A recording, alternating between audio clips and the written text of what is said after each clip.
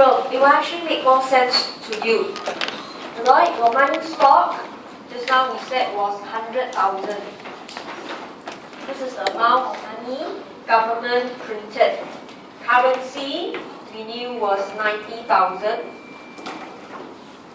And the deposit was 10,000.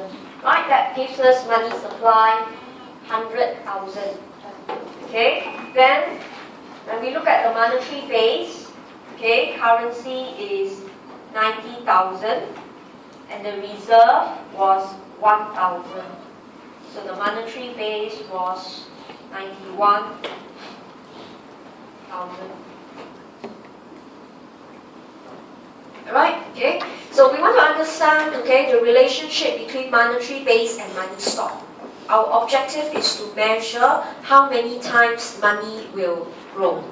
By looking at this diagram, alright, we not only look at the proportions, we also can further discuss two concepts.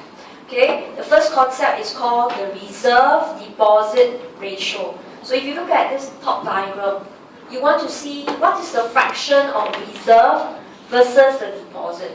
So in this case, this concept is called the RD. Alright, so based on our numerical example, this will be equal to 1,000.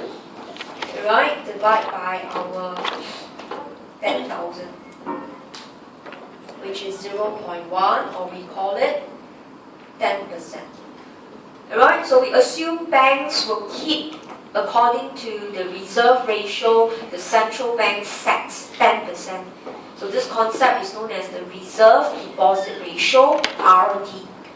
Alright, R 1,000, D 10,000. So for this topic, if you start off with a flow chart in mind, you're able to see how you actually navigate along the different values, just that they are very technical. Okay, so we have a concept of RD. Now we have another concept of CD. Okay, you're actually looking at the top bar.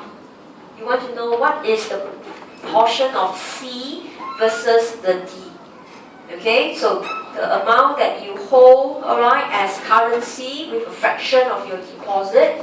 So based on numerical example was 90,000 divided by 10,000. So in this case, it was 9 times. Right? Okay, so we're going to make use of CD and RD later on. Right, so remember the entire page 18 to 20 is just to discuss how fast money grows. Alright, so we have to go through all this technical definition. So this is what we do. Alright, look carefully. Monetary base, C plus R. Money stock, C plus D. Okay, so this is what we do. You let money stock divide by monetary base. You let them divide by each other. Alright, so from there you could see, alright, you will get your C plus D over C plus R. Okay, so from there, divide every term by D on the right side. Moving on to page 20. Alright, you're still taking the ratio, the big base, monetary supply, divide by monetary base. You're taking the fraction. So by doing so, you will get C over D, which you can write it as CD. R over D, you can write it as RD. Right? So this entire term here, okay, you call it an alphabet M. So eventually, what is money supply?